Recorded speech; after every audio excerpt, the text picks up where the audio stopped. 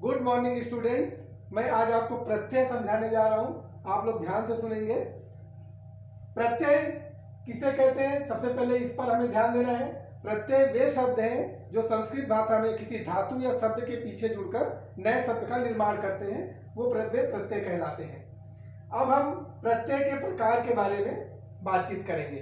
हम उन्हीं प्रत्ययों के बारे में आपको बताएंगे जो आपके सिलेबस में है। प्रत्यय के प्रकार में सबसे पहले आप देखेंगे, यहां पे लिखा हुआ है अक्त्वा, दूसरे नंबर पे तुमुन, फिर ल्यप, अक्तवतु, क्षत्रि और सानच। ये 6 प्रत्यय जो है ये आपके सिलेबस में है और इसी के बारे में हम चर्चा करने जा रहे हैं। आप ध्यान देंगे। सबसे पहले मैं बताने जा रहा हूं अक्त्वा प्रत्यय। ये शायद आपने पिछली क्लास में भी पढ़ा होगा। कुछ प्रत्यय, इनमें से कुछ प्रत्ययों के बारे में आपने पिछली क्लास में भी पढ़ा है, फिर भी मैं आपको संक्षेप में समझा रहा हूं। अक्त्वा प्रत्यय का अर्थ होता है करके। किसी काम को करके के अर्थ में हम अक्त्वा प्रत्यय का प्रयोग करते हैं। जब दो काम एक साथ होता है, पहला काम समाप्त करके जब हम दूसरा काम करते हैं, तब वहां पर अक्त्वा प्रत्यय का प्रयोग किया जाता है। अब उदाहरण से आप समझेंगे। जैसे देखिए, पट प्लस अक्त्वा क्या बनेगा? पठित्वा। पट धातु है, अक्त्वा प्रत्यय। उसी प्रकार क्री प्लस अक्त्वा कृत्वा, अर्थात पठित्वा मीन्स पढ़ करके, कृत्वा मीन्स करके। अहम पठित्वा विद्यालयम गच्छामि, जैसे मैं पढ़ के विद्यालय जा रहा हूं। ठीक है ना? इस प्रकार ये सेंटेंस में इसका प्रयोग किया जाता है। किसी काम को करने के बाद उसका प्रयोग करते हैं। दो क्रियाओं के लिए ये अक्त्वा प्रत्यय का प्रयोग होता है। उसके बाद देखो, अब आप देखेंगे तुमुन का क्या अर्थ है। तुमुन का अर्थ होता है के लिए। के लिए के अर्थ में तुमुन प्रत्यय का प्रयोग किया जाता है। जैसे उदाहरण से आप समझेंगे, हस धातु है, उसमें हमने तुमुन प्रत्यय लगाया तो शब्द क्या बना? हसितुम। नी में तुमुन लगाया तो नेतुम। पठ में तुमुन लगाएंगे तो पठितुम। क्री में तुमुन लगाएंगे तो क्रेतुम। ऐसे शब्द बनेंगे।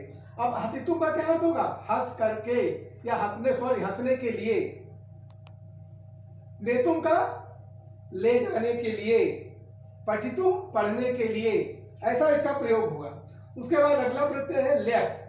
ल्यप का सेम अर्थ होता है अक्त्वा की तरह। अक्त्वा का जो अर्थ होता है करके अर्थ में, वही ल्यप का भी होता है। सिर्फ अर्थ इसमें फर्क यह है कि ल्यप प्रत्यय वहां पे लगाया जाता है जब शब्द के पहले कोई उपसर्ग आ रहा हो, और अक्त्वा वहां लगाते हैं जब उपसर्ग नहीं आ रहा हो। अगर शब्द के कोई भी धातु के पहले अगर कोई उपसर्ग आ रहा है तो वहां पर ल्यप प्रत्यय का हम प्रयोग करेंगे। दोनों का अर्थ सेम है। अब देखेंगे, जैसे आ प्लस गम प्लस ल्यप, क्या बना? आगम्य। गम के पहले आ जो है ये उपसर्ग है, ल्यप जो है प्रत्यय। जब उपसर्ग आएगा तो ल्यप प्रत्यय लगेगा, अर्थ वही निकलेगा। आगम्य मीन्स आ करके। अब उसके बाद देखिए, प्रण प्लस नम प्लस ल्यप, क्या शब्द बना? प्रणम्य। प्रणम का क्या अर्थ हो जाएगा? नमस्कार करके। ठीक है? उसी प्रकार कोई और भी धातु, जैसे वी प्लस हा प्लस ल्यप, क्या बन जाएगा? विहाय। ऐसे शब्द बनेंगे।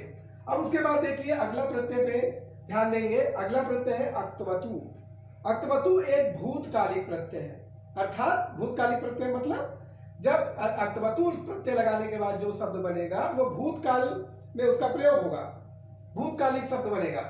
और इसमें और ध्यान देने की बात यह है कि अक्तवतु प्रत्यय लगाने के बाद जो भी शब्द बनते हैं वो तीनों लिंगों व तीनों वचनों में उसका प्रयोग किया जाता है।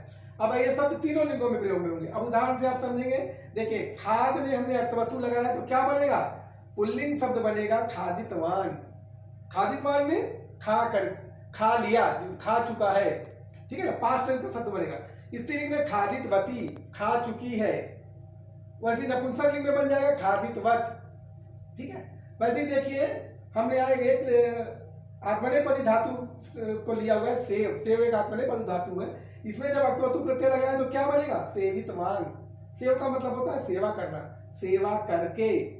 पुल्लिंग शब्द। स्त्रीलिंग शब्द बनेगा सेवितवती। जब स्त्री के लिए, बालिका के लिए क्या आ जाएगा? सेवितवती।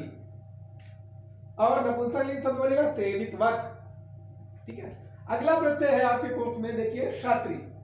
क्षत्रि के बारे में जानने से पहले आप ध्यान देंगे, क्षत्रि एक वर्तमान कालिक प्रत्यय है। अर्थात जब क्षत्रि प्रत्यय लगाकर जो भी शब्द बनेगा, जिस भी धातु में हम क्षत्रि प्रत्यय लगा के जो शब्द बनाएंगे वो वर्तमान काल का शब्द होगा। और यहां भी तीनों लिंगों और तीनों वचनों में इसका प्रयोग होगा।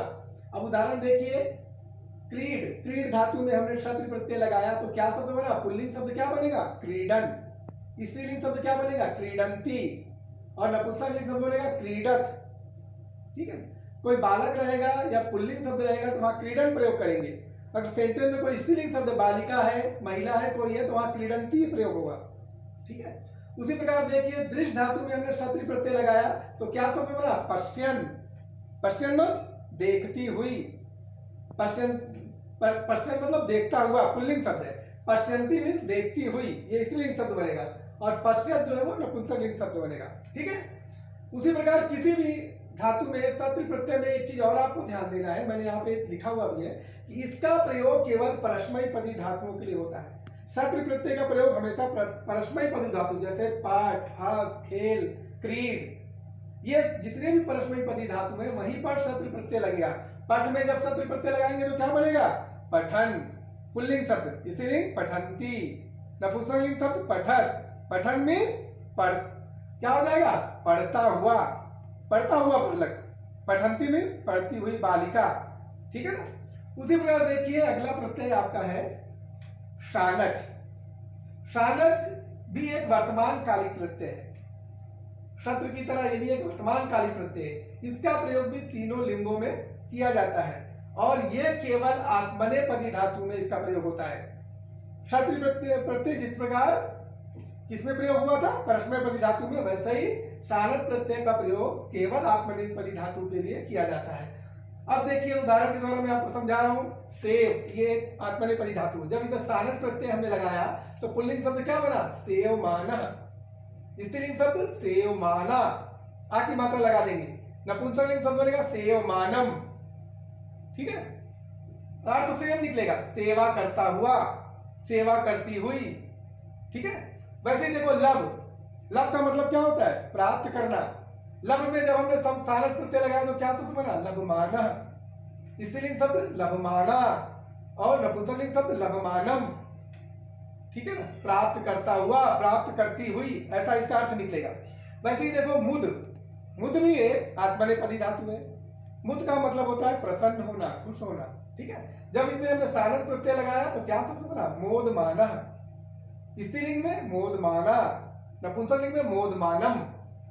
ठीक है, मुझे लगता है कि अब आप लोगों को इस प्रत्यय के बारे में काफी कुछ समझ में आ गया होगा। धन्यवाद।